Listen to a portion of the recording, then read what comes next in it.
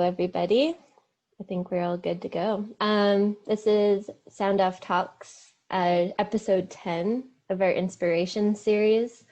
Possibly our final episode of the series, which is awesome. Sound Off Music Talks is presented by Music Calgary. We'd like to acknowledge the projects funded in part of Factor, the Government of Canada, and Canada's private radio broadcasters, and also acknowledge and recognize that Music Calgary is located in the Treaty 7 region of southern Alberta. Today we're talking with Bronwyn Ford.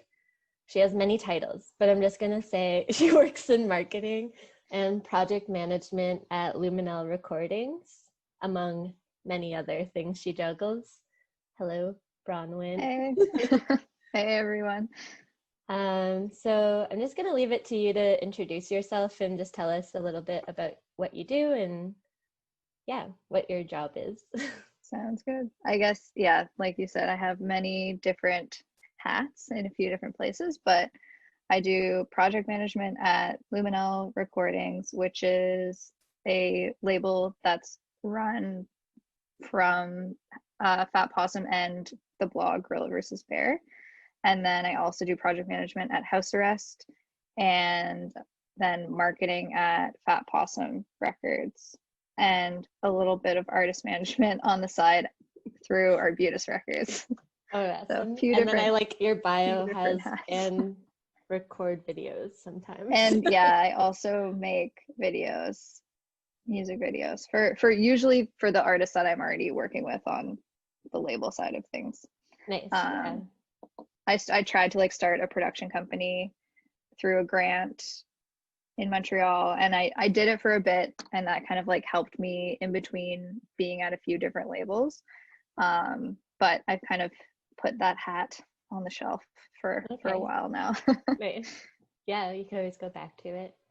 Yeah. Once you have the skill, you have it forever, probably. Yeah. Sweet. Well, this is our inspiration series, so we're mostly aiming to understand how you got started in music. So the question is, what was your aha moment that got you going? I guess, I think it was in grade 11 was when I decided I wanted to work in music. At first I wanted to be an orthodontist, which is the complete opposite spectrum. But I remember sitting in a grade 12 bio class being there's no way I can do this. I need to change paths. And I came to Montreal on a weekend trip with my best friend, and we were visiting her sister who was going to Concordia. And I met someone who did the communications program at Concordia. And I was like, this is what I need to do.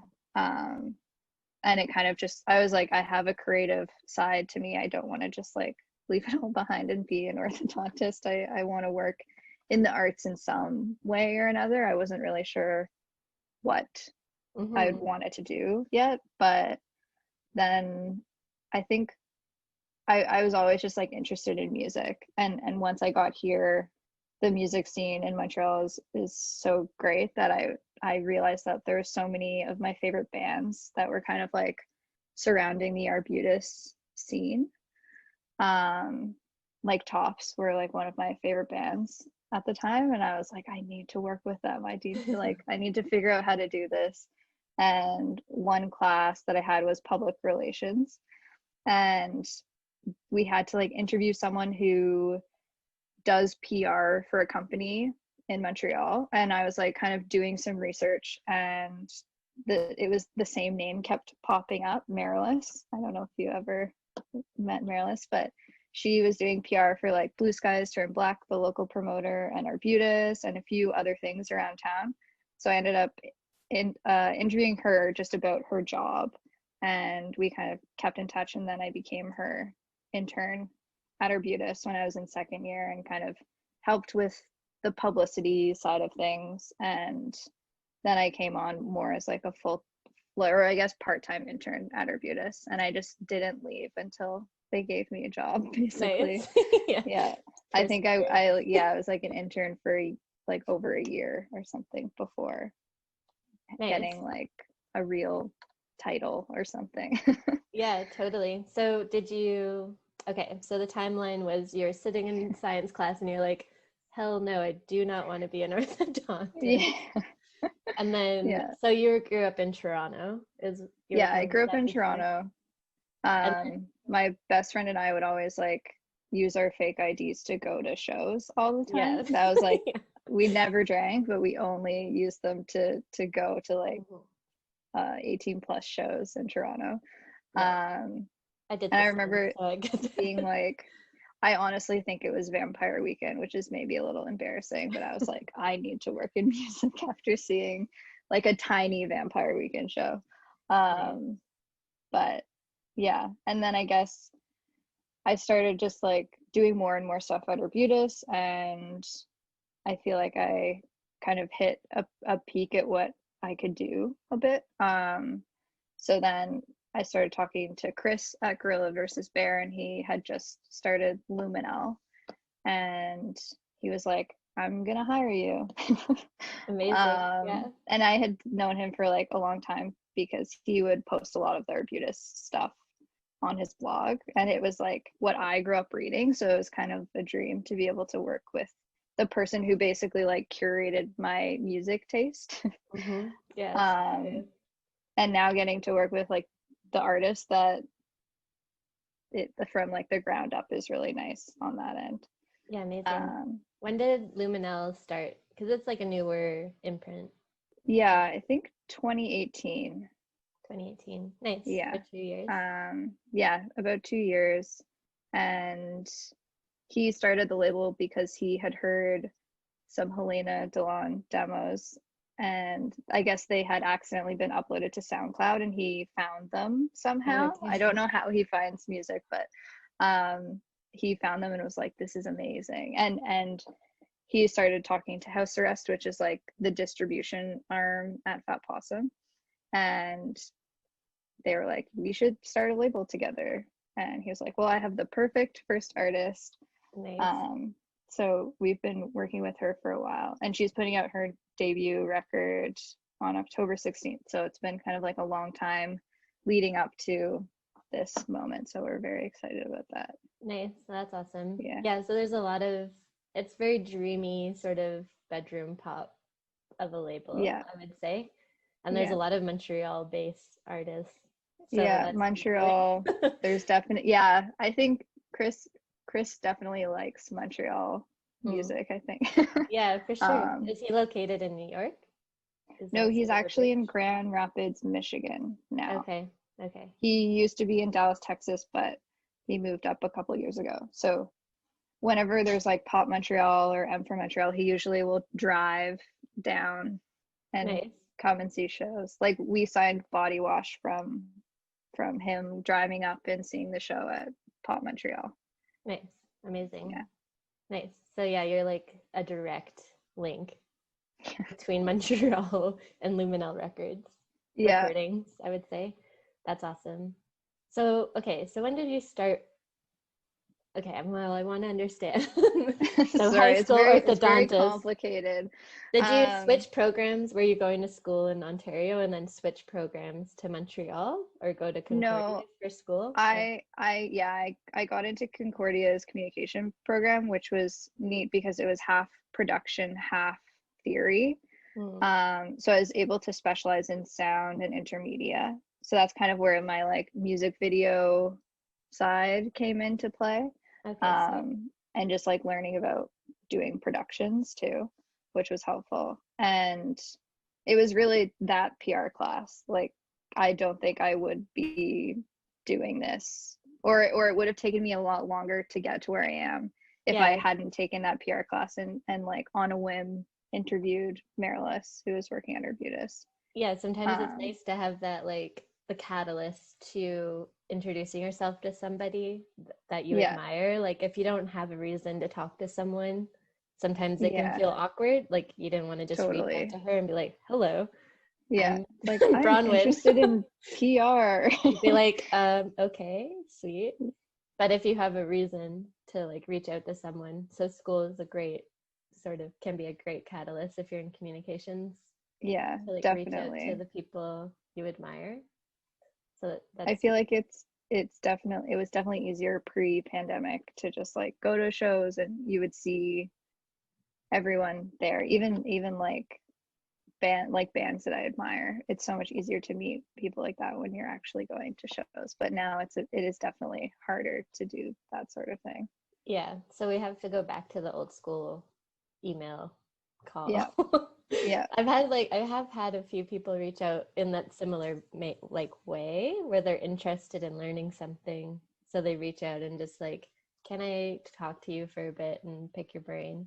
Yeah. And like usually people are always like open to having that. Like if someone reached out and was like, hey, I like what you do. Can I ask you some questions? You're like, sure. You're it's way more brave than I was. Yeah. I also think it's like really rare. Like I think maybe like one or two people have done that to me ever. So yeah, people like on a daily to share things too. Like I feel like I'm this is like a perfect example of something that never happens but should probably happen more often. Yeah, we were trying to reimagine how to connect, and like this was the best way we could think. Yeah. For the time being, hopefully. Yeah. Because we've only met briefly at Pub Montreal. Yeah. I think in like passing a few times, but that's sweet. So this is our most conversation that we've had as well. Okay, so the PR class really was the catalyst to like your career, but the Vampire Weekend club show, that was like my true love. That was in Toronto. Yeah, that was in Toronto. Nice. I think like really like being in Ontario as a kid, because I'm from Hamilton, like we were able to go to shows like quite young because they would have all ages access to like every venue, and they would just like rope off the bar area. Yeah, or you get the big X or the on giant like too. Yeah, exactly, the like huge marker that you'd go to school with. Yeah. But I know there's a lot of people that had those experiences. Yeah, it'd be nice if that happened in Alberta, but maybe the next integration of live music happening, it'll come back. There we go. Yeah, sorry, I'm babbling on, but it's okay. Okay, sweet. So school, catalyst, and then you were in production. Did you reach out to artists to do some videos like when you were just getting started, or was that something you lent as a skill to Arbutus when you were starting there? Yeah, I think it was Arbutus. I actually became pretty close with Jane from Tops because she was having a meeting with Marilys at the office, and I was doing probably like data admin work, and she was talking about doing like a choreography video and needing to find a space and all that. And I was like, oh, I was a dance major in high school. Maybe I could help do some like choreography stuff with you. And I'm also taking a dance class at Concordia, so I have free space access to like a beautiful studio. So maybe I could help with this. And that's kind of how I started doing the video stuff. And it was the Tops outside video that we worked on for that one. And that was the first, I was like, oh, videos are pretty cool and they're like fun to work on. So I ended up helping out with a lot of the Tops videos because Jane has great visions for everything. And usually, or for some of them, she was self-directing, so just needed kind of the production help to make sure everything ran smoothly. So I kind of stepped in on those things. So it was more just a natural thing. I don't think I've ever reached out to anyone directly about doing a video before. It was just kind of like as they came when opportunities kind of arose. Arose, yeah, totally. Then you just like had these skills, so you're just like back pocket. Oh yeah, I can do that, no problem. You were a dance major in high school, like what? Yeah. Just add it to the list. that doesn't happen anymore. No dancing anymore, unfortunately. Yeah. No. Montreal, I was like, okay, it's done. Yeah, different chapter. Yeah, definitely different chapter. You definitely seem to have like a very art background. So orthodontist might have been very strange. Very, don't know why I felt that. I think I like had braces in high school and I was like, this is so cool. And you enjoyed them. Okay. Yeah, I was like, okay. But That's yeah, funny. definitely happy with where I've ended up instead of orthodontics. But Nice. Yeah. yeah, So and how then you've been working in music for 5 years? yeah, 5 or 6 years now. Nice. Yeah, I think it was great to be able to start while I was at university, because with a lot of the classes that I was taking, I could kind of like gear my practical projects towards things that I was actually working on in real life. Nice. Like I think I did like a production administration class where you had to fake produce something, and I was like, well, I'm actually producing this video, so I'll do this instead as my project. Nice. But I think like kind of when I was moving from Arbutus to Luminelle, I realized that I am more interested in kind of the marketing side of things and the more creative side. So helping artists, if they have like a vision, making it happen. Mhm. And definitely now more digital marketing, especially with everything that's happened. Mhm. So I've kind of spent a lot of time perfecting how to do Facebook and Instagram ads and ads on Google and all of that kind of stuff. Nice. But helping with like creating the video assets sometimes too for all of that is fun for me. I still Yeah. get like a little video production stuff in my day to day. Oh, totally. Like every past skill can lead to or like support any future skills or Yeah, future endeavors in the industry. Because I think even when you sit in like one lane in music, you're still gonna have multifaceted kind of things you have to do. yeah, So definitely. it's good to have a lot of skills or just like Yeah, exercise a lot of skills, even if it's not like your day to day, yeah, and then just definitely. bring I it feel into the like fold. having a management brain, like sometimes I'll turn my management brain on, Mm-hmm. and but then having that like angle when I'm doing stuff on the like marketing or project manager side as the label, I can like see how management would react or what they would want and that kind of thing, which I think is really helpful. And even Yeah. with doing like a little bit of PR as well, it definitely feels more rounded. I can like make decisions Mm-hmm. in a better way, I think. The only thing Yeah. I don't have any experience in is a booking agent. I'm like, that is one world I'm like, I don't know. You never booked a But show? no, didn't book a Um, show. oh, wow. Crazy. Yeah, I feel like everyone's booked a show, at least I one know. show. Not one. Crazy. Luckily, I feel like that's the kind of thing that would stress me out a lot for some Yeah, reason. it's a whole different ball game, any kind of live production. But I see what you mean though. It's like having lots of skills to like look at a project from different angles and like how different Yeah, people on the team would react is such a cool way because then you can like maybe get ahead of how they're thinking too and just like deliver definitely. an even better product that they want probably or a little Hmm. bit more streamlined. So you find yourself in marketing now, like when on project management, which is those are different. Yeah, And very then different. yeah, what artists are you managing? Because that's also on your Um, list. right now, Tops. I work on Tops with Sebastian, who runs Arbutus, and then also this artist Tiberius B, who's originally from BC, but they're living in London right now. Okay, cool. So over the Nice. pond, Over the across the pond. pond. But How yeah, are they doing over there? they're good. They're they have released one song so far, so it's all happening, but Yeah. there's some exciting things in the works. So I'm excited for that stuff to happen. And then with Tops, they put out the record like right in the middle of crazy pandemic. So Mm-hmm. it's been interesting like trying to navigate how to put records out, even on like the Mm-hmm. label side of things too. Usually you can rely on touring to keep the record campaign going, but Mm-hmm. there's no touring, so we're needing to like come up with more creative ways of keeping things moving and getting people to hear the record who would usually just like stumble upon it through a Yeah, live show or something. totally. So yeah, just like a lot more digital focused marketing, but Yeah, like Yeah, not having the shows to talk about is like a whole different thing. But I think because we're all in the same boat, it sort of eases maybe the stress. Definitely.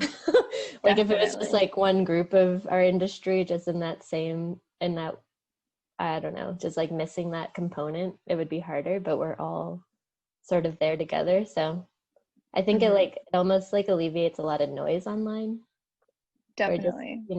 or people are digging, hopefully they're digging online to find new music and just like coming across it. But I find Yeah. like a lot of the communication or one-on-one sort of communication through email or social media is like a lot better, or like a little bit more focused, and like people are open and willing to like give some time to new music. So Yeah.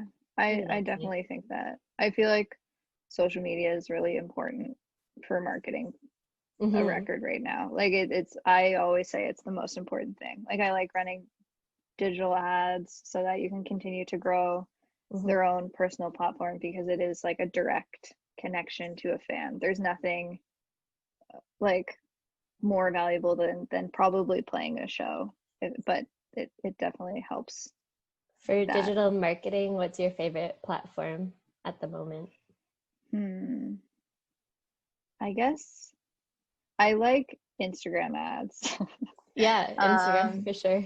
yeah, Instagram is definitely great. I feel like you can be more creative on it, and the artist can kind of like choose how they want to use it. And TikTok is also pretty fun, I won't lie. That's like, it's like a Okay, crazy so world. have you gotten But into TikTok? Are you like diving a into little that? bit. Okay. Yeah, we've done on Fat Possums, and we did an influencer campaign with Al Green, because his like biggest moment is usually around Valentine's Day. So we paid some TikTok influencers to play an Al Green song in their videos, and it did take off a little bit. It wasn't like crazy viral, but I think we got maybe like 1,500 videos from the song, which Oh, nice. compared to like nothing, it did give it a boost. Mm-hmm. Um, but yeah, it's definitely interesting to see like a new platform being used, especially that's something so music focused. Mm-hmm. It's it's been interesting. Yeah, most definitely. Like there's some songs that people would not know if it wasn't for TikTok. For like the viral dance videos or whatever the challenges, Yeah, whatever people do. definitely. But yeah, there's songs, if you play them, people are like, oh, what's that song? And they've heard it through TikTok. And you're like, Yeah, dang, this really does move the needle. That's yeah. cool. You're probably potentially going to get a lot of people asking you about TikTok now. Yeah. No, FYI. it's true. That's very fair. But it's like it is important. It definitely works for some artists and not for others. Um, Totally. Yeah, when there's a looking at digital marketing, like just know your audience and where they sort of land. Like definitely. if your audience is a TikTok audience, maybe do all your focus on TikTok and don't worry Yeah. about Facebook or Twitter or anything else. Yeah. I I don't feel know. like with Facebook stuff, it's a bit of a dying medium, I would say. Usually if I do ads, I'll just remove Facebook from the targeting completely and just focus on Instagram. Because Mm-hmm. I find even though the cost per clicks are usually higher on Instagram, they're more meaningful, and people will actually look at the visual and click through and listen to the song. So Yeah, I that's good to it's recognize. always more, yeah. And things are constantly changing. Like Mm-hmm. it's it's it's fun, I guess, to do marketing because you're always learning new things. Mm-hmm. Totally. And no project's the same project to project, so it's pretty Yeah. diverse. It's a lot less boring than orthodonts. Or Yeah. what would be the word? Orthodontry. Yeah, I don't know. I work in music. I don't need to know Yeah. how to say words. Yeah, same. Google check, spell check, or whatever. Okay, well, to finish up our chit chat, what would be your advice to give somebody who's maybe just starting out or Mm. like looking to get going in marketing, project management, label work? Yeah. I would say it's always worth doing any kind of like internship or volunteering somewhere.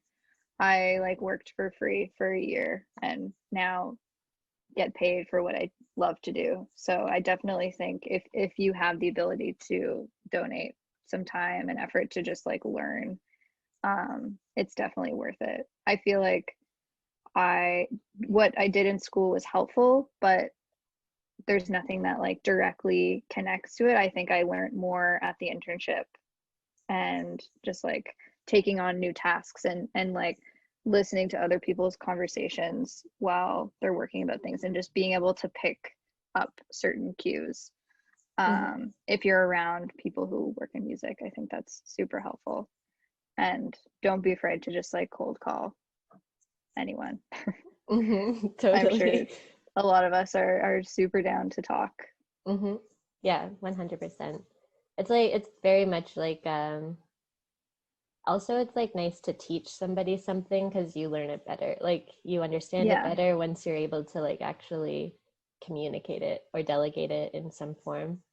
So I think it's beneficial for everybody. But yeah, I think showing up and just like lending a hand and like being open to learn is freaking key. Sort of how I got think started hard work. Hard It's work, definitely hard work. It seems like it lands like in some people's laps, but it's definitely a lot of work. Yeah, behind the scenes, it's like years of grinding it out and like learning. Like I think during the pandemic, I was really doing 12-hour days because it was just a completely new time and trying to figure out how all these artists are gonna continue to make money and changing release schedules and everything. So yes, definitely be prepared to work a lot. I would say too. Yeah, it's a passion job. It's passion and you want to have to sort of support the people around you, which is your artists and the team. Like everyone works together to like move the needle. Yeah. Well, I think it's a cool trajectory in which how you like got started, I think, and now you wear 10 hats. Everything's under like the Fat Possum umbrella though, so it does seem like it's like one thing with sub-labels to it. Totally. Sweet. Well, you're helping the Montreal scene out a lot, it seems, from what I can see. But yeah, amazing. You're definitely going to get some calls about TikTok, probably from me. Sweet. As well. I can, definitely. I'll just pick your brain about it for a while. But yeah, thanks for coming on to the talk and hanging out. Thanks for having me. Yeah. Talk soon. Talk soon. Bye. Bye.